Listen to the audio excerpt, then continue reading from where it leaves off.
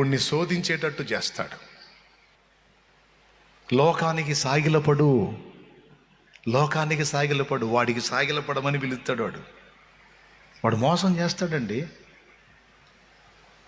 లోకాన్ని ముద్దు పెట్టుకో, బయలును ముద్దాడు. ఏలియా ఏమన్నాడు తెలుసా? రోషము గల వాడని నేను ఒక్కడనే నిలిచున్నాను ప్రభు అన్నాడు. అప్పుడు దేవుడు ఏమన్నాడు తెలుసా? నువ్వు ఒక్కడవే అనుకుంటున్నావా రోషగాడివి? బయలుకు మోకాళ్ళు ఉనకయు వాని ముద్దు పెట్టుకొనకయు నున్న 7,000 మంది ఇంకా ఇశ్రాయేల్లో నా కోసం ఉన్నారన్నాడు. దేవునికి మహిమ. ఏమన్నా అర్థమవుతుంది నేను చెప్పేది? మూడవది, దేవుణ్ణి శోధించేటట్టు నిన్ను ప్రేరేపిస్తాడు వాడు. అంటే శోధించడం అంటే తెలుసా? దేవుడు నిన్ను పరీక్షించడం కాదు, నువ్వు దేవుణ్ణి పరీక్షించేటట్టు నిన్ను రెచ్చగొడతాడు వాడు. కొంతమంది నా దగ్గరికి వచ్చి, మరే చర్చికి వస్తా కానీ మరి మీ దేవుణ్ణి చేయమను అదన్నమాట.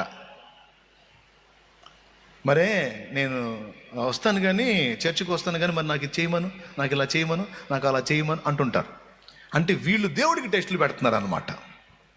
దేవుడి దగ్గరికి వచ్చి మర్యాదగా అయ్యా ప్రభువా తండ్రి నాయన అని అడుకోవటం కాదు, దేవుడికి టెస్టులు. ఇది తగ్గితే అప్పుడు వస్తా, ఇది జరిగితే అప్పుడు చూస్తా.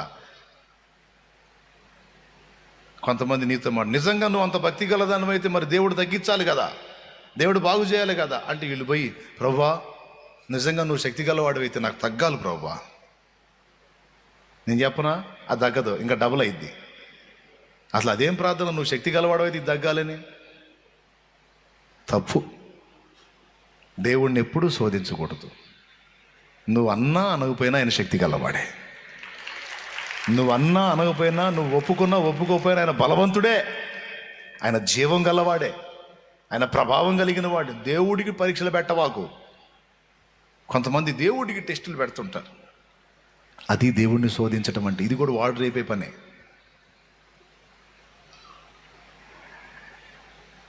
లాస్ట్ మాట ఏంటి? 4వది, సాగిలపడు. ఈ లోకమును దాని మహిమను నీకు ఇత్తును, అది నా వశమునకు అప్పగించబడి ఉంది.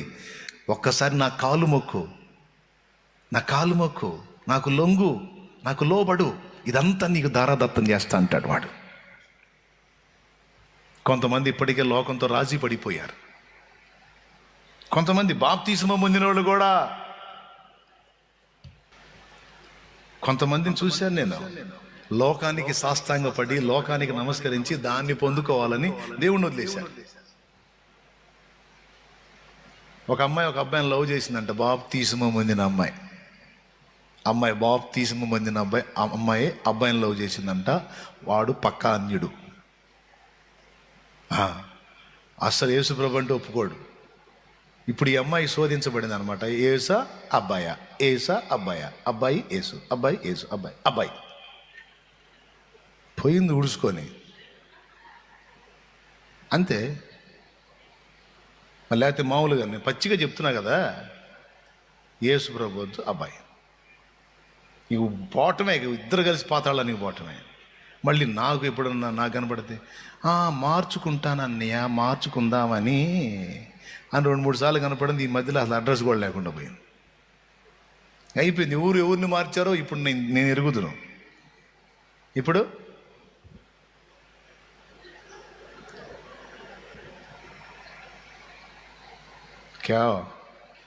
క్యావుజీ ఒకడేమో అమ్మాయి కోసం దేవుణ్ణి వదిలిపెడతాడు, ఒక ఆమెమో అబ్బాయి కోసం వదిలిపెట్టిద్ది, ఒకళ్ళేమో పార్టీ కోసం వదిలిపెడతాడు, ఒకడేమో కులం కోసం వదిలిపెడతాడు, ఒకడేమో మతం కోసం వదిలిపెడతాడు, ఒక్కొక్కళ్ళేమో కబరస్థాన్లో స్థలం, శ్మశానంలో స్థలం ఈయనని. ఏంది అటు చూశారు? నిజం. మరే మా వాళ్ళు సమాధులు దానిలో నీకు చోటు ఇవ్వమంటున్నారా అన్నయ్య, అందుకని ఎందుకైనా మా వాళ్ళు కావాలి కదా, అందుకని చచ్చిపోతే నీకు మంచం ఇవ్వమంటున్నారు, కబరస్థాన్లో చోటు ఇవ్వమంటున్నారు, అందుకని పోయి వాగులో కలిసావా? పో, ఇలాంటి వాళ్ళు పోవటమే మంచిదిలే, పో, ఎందుకు అటు ఇటుగా వాళ్ళు పో. లోకమంతా నన్ను వదిలిన నాకు యేసు చాలు అనుకునే రోషగాళ్ళు కావాలి. లోకానికి సాగిల పడను, లోకానికి సాష్టాంగ పడను. సాతానా పొమ్ము, నీ దేవుడైన ప్రభు, అద్వితీయ ప్రభు, ఆయనకు మొక్కి ఆయనకు మాత్రమే నమస్కరించవాలని ఉంది. రాజీ పడను. కొంతమంది యవనస్తులు పబ్బుల్లో కలిసిపోయారు, క్లబ్బుల్లో కలిసిపోయారు. భక్తులు పరిశుద్ధుల సాంగత్యంలో ఉన్నప్పుడు మంచి భక్తి, ఉద్యోగాన్వేషణలో ఏదైనా సిటీకి పోతారు, ఏదైనా టౌన్కి వెళ్తారు, అక్కడ తయారవుతారు దుష్ట సాంగత్యం. వాళ్ళతో కలిసిపోయి దేవుడు, భక్తి, ఆత్మీయత మొత్తాన్ని వదిలేసి సైతాను గాడికి నమస్కారమే కాదు వాడి కాళ్ళు బీసుకుతా. ఎవరి కాళ్ళు? సైతానా నమస్కారం ఏంది సైతానా, నువ్వు పండుకో సైతానా, నీకు పాద సేవ చేస్తా. సైతాను గడి కాళ్ళు బీసుకుతున్నారు కొంతమంది పోయి. భక్తులు కలిసిపోయారు. మోసగిస్తాడు వాడు మోసగిస్తాడు. వాడు తుచ్చమైన లోకం, మాయ లోకం, రంగురంగుల లోకాన్ని ఆకర్షణీయంగా చూపించి ఇది నీకు ముఖ్యం అని వాడు నీ మనసును అడుదిప్పుతాను ట్రై చేస్తాడు. ఎన్ని ఆకర్షణలు ఎదురైనా ప్రభు మీద నుండి తన ఆత్మను తొలగించుకోవద్దు. ప్రభువు మీద నుండి మీ ఆత్మను తొలగించుకోకూడదు. నరులను ఆశ్రయించి శరీరం తనకు ఆధారం చేసుకొని యెహోవా మీద నుండి తన ఆత్మను తొలగించుకున్నవాడు శాపగ్రస్తుడు. యెహోవా మీద నుండి తన హృదయంను తొలగించుకున్నవాడు శాపగ్రస్తుడు. దేవునికి స్తోత్రం. ఏమర్థమైంది ఇప్పుడు నేను చెప్పిన దానిలో? కొంతమంది సేవను వదిలేశారు, కొంతమంది పరిచర్యను వదిలేశారు, కొంతమంది భక్తిని వదిలేశారు, కొంతమంది పవిత్రతను వదిలేశారు, కొంతమంది ప్రభువునే వదిలేశారు.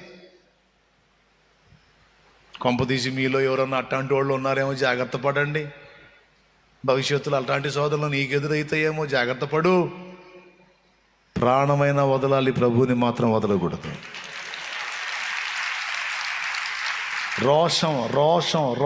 రోషం ఉండాలి.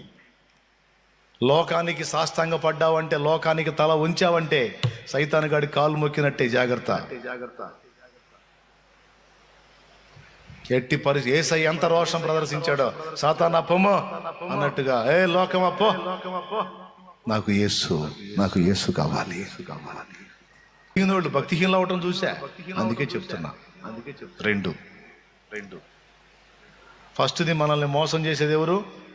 మనుషులు. రెండవది మోసం చేసేది ఎవరు? సాతాను. వాడు ఎన్ని రకాలుగా మోసం చేస్తాడు? 4 రకాలు చెప్పా. మొదటిది దేవుని ప్రేమను శంకించేటట్టు. రెండవది నీకోసం నువ్వు బతికేటట్టు.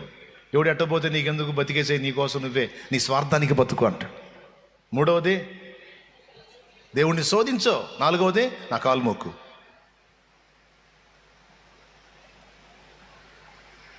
ఒకటి మనుషులు మోసం చేస్తారు, 2 సైతాను, మూడవది నీ హృదయమే నిన్ను మోసం చేసింది.